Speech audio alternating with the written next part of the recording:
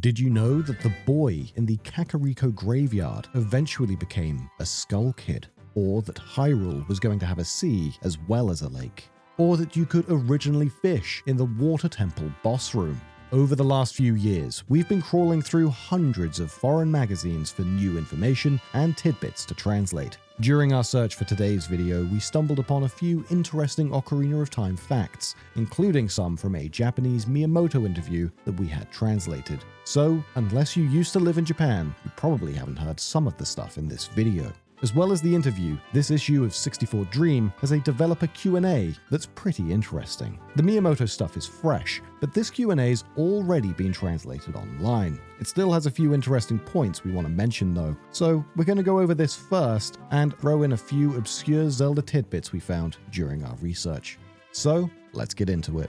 If you've ever wondered where Princess Ruto's mother is, according to Ocarina's script director Toru Osawa, she's probably dead. After being questioned about her whereabouts, Osawa says she must have already passed, but given King Zora's looks, she must have been beautiful. Another tidbit early in the Q&A comes from character designer Yoshiki Haruhana, who brings up how Princess Ruto was modeled after a hammerhead shark, but with 4 eyes. He said, "She's like a human girl with a bit of hammerhead shark in her head. As she matures, these side eyes slowly sink into her head." Another bit of insight comes from Ocarina's 3D system director, Yoshiaki Koizumi. Koizumi reveals in the Q&A that the graveyard boy in Kakariko Graveyard eventually became a Skull Kid. According to Koizumi, the boy wandered into the Lost Woods looking for his missing father and had an accident. He then became a Skull Kid. We came across more hidden details during our research. Hylian's script on some of the game's items holds secrets that aren't visible in-game, only in high-resolution renders. Ocarina's high-res dungeon map render has Hylian text, which seems to reference Nintendo's main offices circa 1998. When translated, the Hylian room labels actually say things like President Office, Security Guard Post, Bicycle Parking, Off-Campus Dining, and even Get off at Kihan Tobakaido Station, then walk 1 minute.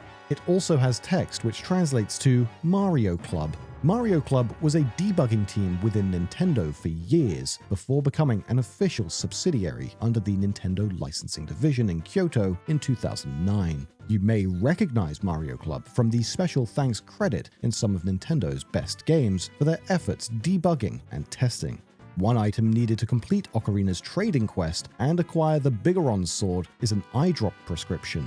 Hylian text is readable on the prescription and reads, "For the time being, the most important thing is to believe. Hold deep within your heart the notion that you will get better." In the trading quest, players show the prescription to King Zora to get the eyeball frog, which is then given to the lake scientist, who uses the frog to make some eye drops. The implication seems to be that the frog was sacrificed to make the eye drops, and back in the Q&A, the interviewer expresses how sad that seems. Yoshiaki Koizumi agrees, but points out that using frogs in eye medicine is a practice from ancient times, then goes on to drop some obscure lore. He says, "It may be sad, but there's a lot of animals that have uses in life. In every region of Hyrule, there's a festival each year held to thank the animals that are of use to humans." There's more Zelda facts coming up, but first a word from today's sponsor, Rocket Money, here to help. Rocket Money is a personal finance app that helps you manage subscriptions, lower bills, make a custom budget, and grow your savings all in one place. If you're anything like us, you've looked at your bank account before and realized you're still being charged for a service you forgot to cancel. We saved money by canceling a few subscriptions after Rocket Money automatically listed all our subscriptions in one place. You just cancel any you don't want with a few taps. Rocket Money may even be able to help you get a refund. Rocket Money helped members save up to $740 a year when using all of the app's premium features and has saved over $880 million in cancelled subscriptions. Rocket Money can also help lower your monthly costs by automatically scanning your bills for potential savings. They can even negotiate better rates on your internet, cable, and phone bills for you. No customer service calls needed. So if you want to save more and spend less, join the over 10 million members using Rocket Money today. Scan the QR code or click the link in the description to get started for free. Thanks to Rocket Money for sponsoring this video. And now, back to the trivia. Another tidbit in this Q&A comes from field designer Makoto Miyanaga. Miyanaga mentions that the game's lighting system was adjusted thousands of times during development. He personally tweaked the way the morning and dusk fog worked, trying to get the right feel. I must have adjusted the morning and dusk lighting and fog thousands of times, he said. We stumbled upon another field designer that made personal tweaks to Ocarina. Somewhere on the wall of every minigame area, there's a poster with the same texture featuring Gerudo and Hylian script. Although very low resolution, the Gerudo script is legible and reads Hiromasa Shikata. Shikata is credited in Ocarina for field design, so he presumably hid this developer credit himself. Ocarina of Time was Shikata's first gig at Nintendo, but it wasn't his last. He'd go on to work on Majora's Mask, Wind Waker, Twilight Princess, Spirit Tracks, and he'd even become the director for both A Link Between Worlds and Triforce Heroes. In the Q&A, sound programmer Yoji Inagaki says the game uses over 1,000 sound effects, and that he and another programmer created all of them, using randomization to make sure they never felt too repetitive. He said, each sound made carefully to contribute to the overall atmosphere on screen. Composer Koji Kondo also mentions that the team avoided using the classic overworld theme because of how long players spend in Hyrule Field. He said, "We were most concerned about the same melody repeated over and over, and instead opted for music that shifted depending on Link's location or situation." Elsewhere in the Q&A, one developer touches on some cut content. Boss programmer Kazuaki Morita brings up how in an earlier version of the game, players could fish in the Water Temple boss room. He says, "I came in to help at the halfway point. Making the fishing hole was difficult. At the time, you were able to fish inside the Water Temple boss room." Using a few other interviews and some observations from data miners, it seems after joining the team and seeing Morpha's boss room, Morita got the idea to add a fish swimming around the pool. Once he saw the fish swimming, he realized he could make a fishing minigame and decided to prototype it using existing assets. He made a fishing rod by modifying another model and reused Link's sword swing animation for casting the rod. Some evidence suggests this boss room fishing prototype was accessible using debugging tools. A leaked development commit log attributed to Morita instructs anyone who wants to see the secret work he was doing should set the variable SEX69 to 1, then hold R and press L 6 times using controller 2, then load the boss area via map select. However, it appears that sometime between the date of the log entry and the game's release, Morita's secret fishing room was either cut out or written over. Our research led us to another piece of cut in-game content. During Ocarina's development, Nintendo of Europe's Madrid office initially planned for a full Spanish localization, but the effort was abandoned mid-production due to difficulties faced by the main developers in Japan. As a compromise, the Spanish release shipped using the English language ROM, but bundled alongside a 150-page booklet that showed all the game's text in both English and Spanish, so players could read it as they play. But constantly looking at a translation book while playing a game in another language was cumbersome, and even led to players accidentally reading spoilers while searching for specific lines. It got such a bad reception that the Spanish marketing for Majora's Mask heavily advertised that this game included a full in-game localization. Despite giving Majora's Mask a proper localization and having a full Spanish translation of Ocarina on paper, no in-game Spanish language option was added to Ocarina of Time's subsequent Virtual Console releases. And speaking of Majora's Mask, the game shared an interesting oversight with Ocarina of Time. The Deku Stick's texture looks different between Ocarina and Majora, but this wasn't an intentional redesign. Essentially, when the Deku Stick is rendered in Ocarina, the game tries loading a 16 by 16 pixel texture. but the stick's texture is only 8 by 8 pixels small. This results in the game pulling data from the next texture in the display list, then using it as if it were part of the Deku stick texture. In Ocarina, that next texture is Link's hair texture. The end result is a Frankenstein texture that changes depending on what data comes next in each game. Even though Majora's Mask reused much of Ocarina's assets and code, the final game ended up loading a different chunk of data after the Deku stick texture. Blue Sky user Darkeye pointed out that in Majora, the game pulls in data left over from Ocarina of Time. Specifically, it uses data from a joint table that determines how young Link's limbs are rotated into different poses in Ocarina's pause menu.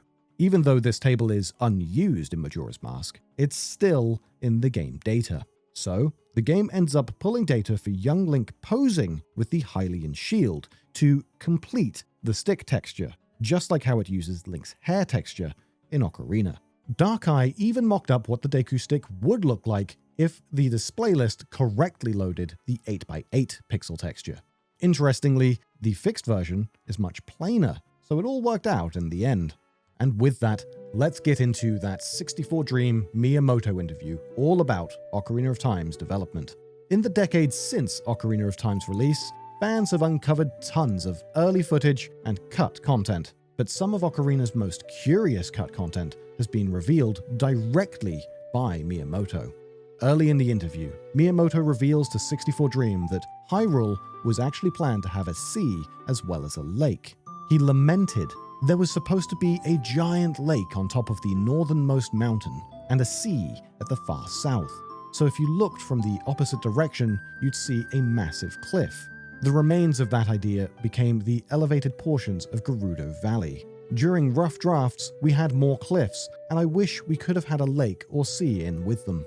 From here, Miyamoto references another scrapped location, a swamp area that was considered but left out to avoid technical complications. Yes, we tried to keep things technically simple when creating all of the nature, so there wasn't any room for a swamp. Miyamoto's also asked if the finished Hyrule ended up as big as he'd imagined, with him saying he thought Hyrule was just the right size for the game. He goes on to say, "We rarely create anything in one go. There's usually a lot of adjustments made. And the same goes for the scale of the game, as you can imagine.